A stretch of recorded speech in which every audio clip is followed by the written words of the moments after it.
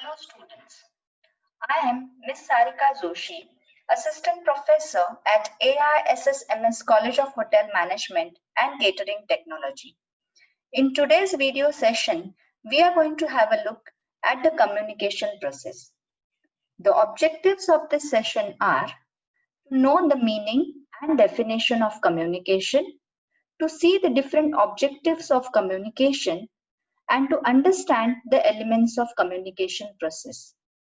Now let us concentrate on the word communication. It is the first activity that we learn as a social animal.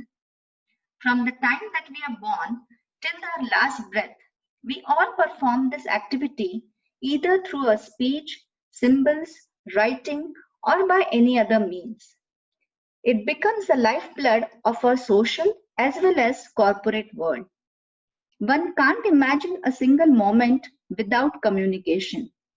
In fact, we all exist because we communicate.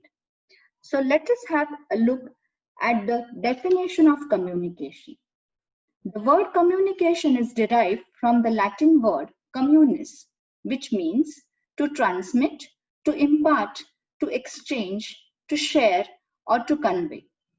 The Oxford Dictionary defines communication as imparting or exchanging of information by speaking, writing, or by using some other medium. Another definition by Newman and Summer mentions that communication is an exchange of facts, ideas, opinions, or emotions by two or more people. Once we understand the meaning and definition of communication, we also need to know why do we communicate.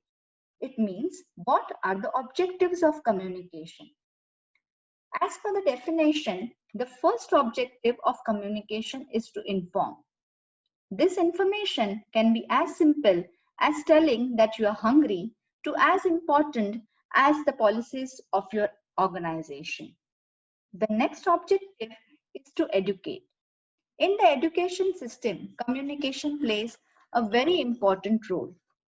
In fact, communication is used to impart knowledge and skills to the students. Currently, at this point of time also, I am imparting the knowledge to my students with the help of this video session. The next objective is to provide training. Training, which is provided by a trainer or a facilitator, is done with the help of communications by telling, instructing, demonstrating, etc. The next important objective of communication is to motivate people. With the help of motivation, people will perform their tasks well.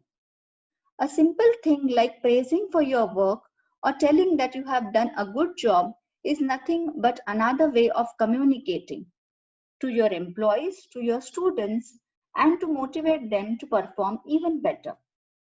Next is to connect. We all use communication means to connect with each other. It could be our family members, friends, managers, employees, customers, etc. We can't imagine a day, a moment without which we cannot communicate. We all do this to build relationships with our customers.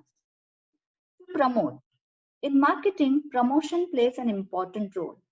We all communicate with the help of our customers through our marketing strategies like creating a hoarding, advertisement, pamphlets, brochures, etc. These are all used as communication tools. To entertain, definitely we use communication to entertain ourselves. It can be as simple as watching a movie or listening to music for your entertainment and relaxation. Once we have understood the objectives of communication, that means why do we communicate, it is also important to know how do we communicate. It means to know the process of communication. Let us have a look at this video to understand the different elements of communication.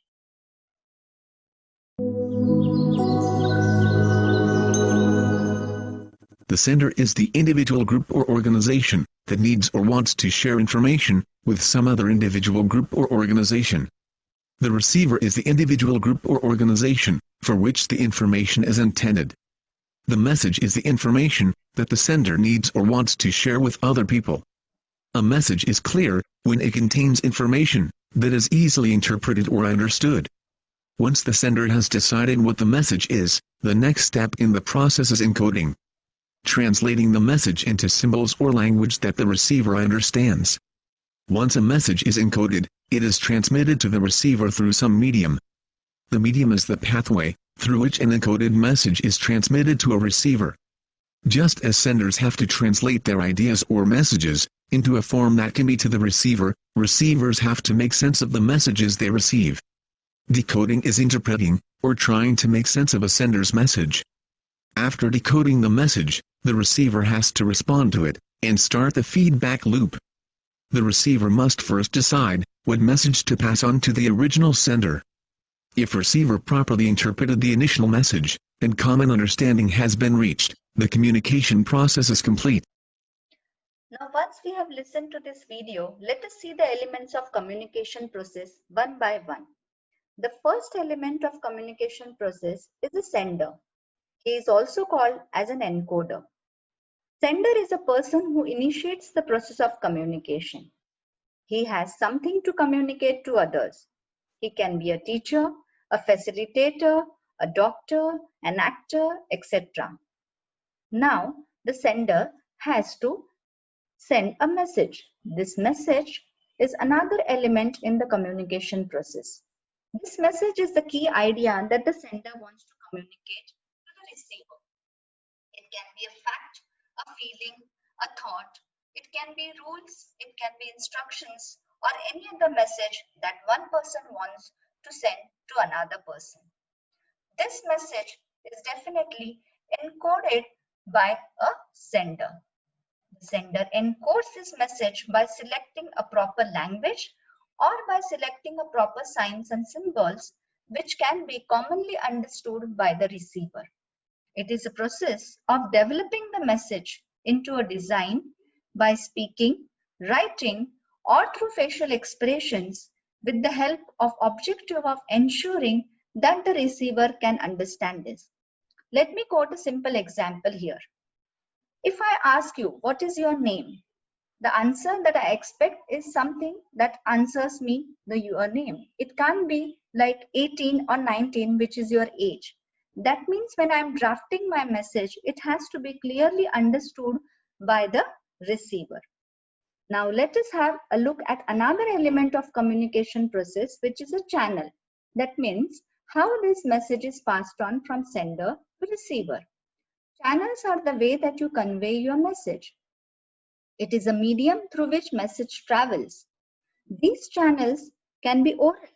For example, when you talk face to face or when you speak over a telephone, can be a medium through which you can pass on your message.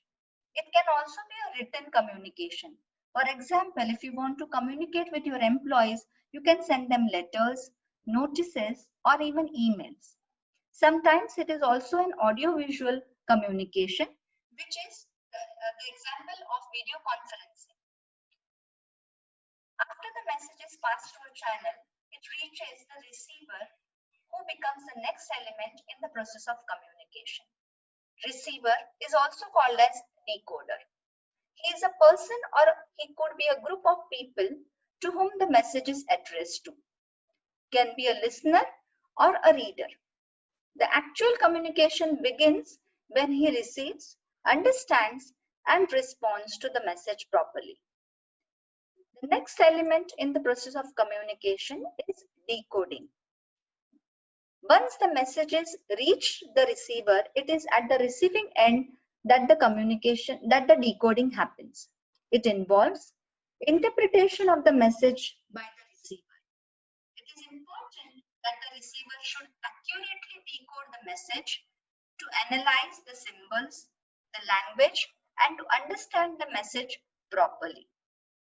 After decoding, the last but the most important part of communication process is the feedback. It is a response of the receiver to the message. It is last but very important or a crucial link in the communication cycle because it confirms that to what extent the message has been understood by the receiver. The feedback can be verbal. For example, you can answer orally the question which is asked by your teacher, or it can be non-verbal. Say, for example, you can only nod your head to explain or to tell that you have understood the message well. The communication can be effective only when the message received by the receiver is interpreted well and in the same sense that the sender intended to convey. That means the message has the same meaning as to what the sender wanted to say and what the receiver received and understood. The next important element in the communication process is noise. In communication studies, noise refers to anything that interferes with the communication process, which is happening between a speaker and the receiver. Now, what this noise means? It can be external sound, say for example, a bell rings when a lecture is going on. Or it can be something internal, say for example, a mental disturbance or an illness which is causing a disturbance in the process of communication. This will easily disrupt the process at any point of time. Let us have a look at this communication model, which starts from a sender. The sender has encoded the message and passed on this message with the help of channel to a receiver who has further decoded the message, understood the message well, and has given a feedback to the sender. You can see noise in between, which is any kind of disturbance in the communication process. Let us further understand this process with the help of a simple example. A class session by a teacher. With the different elements that were involved in the process of communication, the first element was sender. In this case, it is a teacher who is currently delivering a lecture. So automatically the second element, which is a message, becomes the topic for that particular lecture. The teacher may use different language, symbols, or any other kind of method which can be very easily understood by the students. We call this process as encoding the message. Channel, the teacher uses a PowerPoint presentation, a Blackboard method, or an oral communication to explain the topic. Receiver, in this case, it can be a single student or a group of students, which is nothing but the class. Decoding, that means the students imply and try to understand the message or the topic with the help of given symbols. The last element is a feedback. Students can answer the questions or they can simply nod to say that they have understood the session well. So with this example, let us also have a look at the diagram of the communication process, which explains us all the elements in a proper sequence. So we started the communication process with the sender who encoded the message. The receiver decoded the message and gave a feedback. If you look at these arrows, it also conveys that communication is a two-way process. So I hope with the help of this session, you have clearly understood the meaning of communication and the different elements involved in the communication process. Thank you very much for listening to this audio. If you have any queries related to this session, please come back on the given mail ID. In the next session, we shall look at different types of communication. Till then, thank you and goodbye.